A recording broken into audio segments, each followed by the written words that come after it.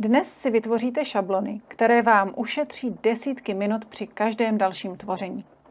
Ukážeme si to na konkrétních formátech pro Instagram. V e-mailu pod videem ode mě máte šablony, abyste si celý ten proces usnadnili. Klikněte teď na první z nich, kterou je šablona pro Reels a Stories. Kopie tohoto návrhu se vám automaticky uloží do vašeho účtu. Pojmenujte si ji podle svého a uložte si ji do vybrané složky. Pojďme si ji krátce představit. Na první stránce máte ukázku textu, nadpisů i jejich rozměrů. Toto si předělejte do fontu své značky. Dále tam máte název svého profilu a případně hashtag nebo upoutávku na nějaké téma. Takto nastavená první stránka je vhodná například pro Reels cover. Přepište si vzorový profil, případně doplňte jakýkoliv text do této části nebo můžete smazat. Využijte také svou knihovnu prvků a své návrhy si vylaďte do posledního detailu. Když se podíváme na další stránku, máte tam ode mě připravený mini brand kit, který se bude hodit zejména majitelům bezplatné kanvy. Já toto třeba často chystám klientům, pro které navrhuji šablony na míru, aby pro ně tvorba byla jednodušší a konzistentnější. Zvláště v případě, pokud jim grafiku navrhuje někdo úplně jiný.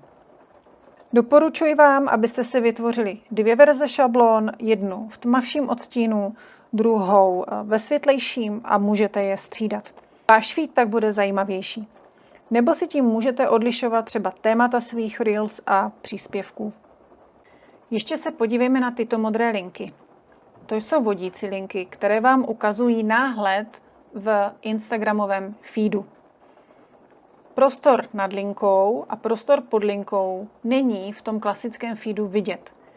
Všechno, co vidíte takto na stránce, se vám vlastně zobrazí až ve chvíli, kdy kliknete na samotnou ikonku Reels a tam se vám všechna ta Reels a všechny jejich náhledy zobrazí. Pokud linky ještě nevyužíváte, tak vřele doporučuji. Aby se vám při úpravě šablony linky nepohly, tak jsem vám je zamkla, ale vy si je snadno odemknete. Najedete si tady nahoru vlevo na tlačítko soubor, sjedete na nastavení a tady už vidíte zobrazit pravítka a vodítka. Pokud linky nevyužíváte, patrně tady nemáte zafajfnuto, stačí zmáčknout. Objeví se vám tady v náhledu, jak vidíte, pravítko nahoře, i tady na straně. Stačí, když myší podržíte a takhle si přetáhnete linku, kam potřebujete, a lehce si ji zarámujete. No a aby se vám linky nehýbaly, stačí zamknout vodítka. A pokud je máte zamknuté a chcete je naopak uvolnit, tak zase kliknete a tady ta fajfka se vám odškrtne a zůstane všechno prázdné. A můžete potom, teďka s tou linkou hýbat nemůžete, ale když ji uvolním, tak už s ní můžu hýbat. Jakmile budete spokojeni se svým návrhem coveru, můžete si třeba vytvořit taky několik verzí své závěrečné obrazovky s call to action. Doporučuji, abyste měli nachystané jednu třeba pro sledování, druhou pro nějakou prodejní záležitost a třetí skutečně nějakou typickou právě pro vaši značku. Jakmile máte všechny šablony se všemi prvky, které chcete použít, stačí si je jen uložit. V bezplatné kanvě si je uložíte do jedné ze svých složek, tak jak jsme si ukazovali. Stačí přesunout a vybrat vhodnou složku.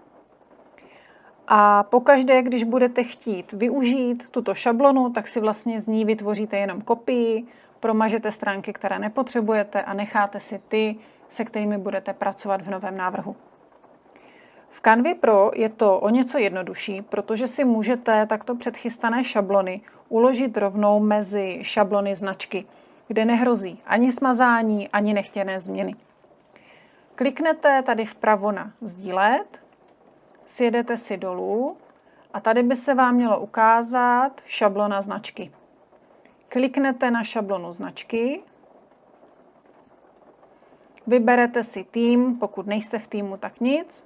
Můžete případně i přesunout, dáte publikovat a zavřít. No a takto to potom už vypadá v šablonách značky.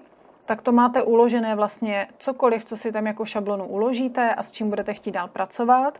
Výhoda je, že skutečně odsud se vám to nemůže nějakým omylem smazat, pokud vy to ručně neuděláte. No a teď si pojďme ukázat, jak s tím pracovat. Stačí si najet na 3 tečky, můžeme v tomto případě vybrat Reels, najedete na 3 tečky a máte možnosti. Buď upravit originál, což je ta šablona, kterou máte tady právě uloženou, což je třeba nějaká aktualizace nebo já nevím, další barevná varianta nebo třeba nové webové stránky a tak dále. Můžete si ji duplikovat, což znamená, že by vám to přesně do této složky uložilo další variantu té šablony. Můžete si to znovu nasdílet s týmem, můžete to zase někam dál přesunout a podobně. A nebo dáte použij šablonu a původní šablona, tak jak byla, vám zůstává ve značce a tady se vám vytvořila nová kopie. Toto všechno můžete udělat i s dalšími šablonami, které jsem vám připravila a vytvořit si třeba 2 nebo 3 typy karuselů či bannerů pro Facebook. No a takových šablon si můžete samozřejmě vytvořit nespočet. Jak vidíte, já tady mám třeba i šablonu pro e-book, mám tam několik coverů obálky, mám tam několik textových stránek, mám tam několik CTA stránek, které vlastně opakuji a využívám stále dokola. No a je čistě na vás, co všechno si tam vložíte. Mohou to být prezentace, mohou to být opravdu další třeba whiteboardy, můžou to být samozřejmě i už nachystaná Reels a samozřejmě webové stránky a tak dále. Doporučuji, abyste si vždy vyladili nejprve jednu šablonu, tu si uložili a pak teprve pokračovali na další. Takto už nikdy nebudete začínat od nuly.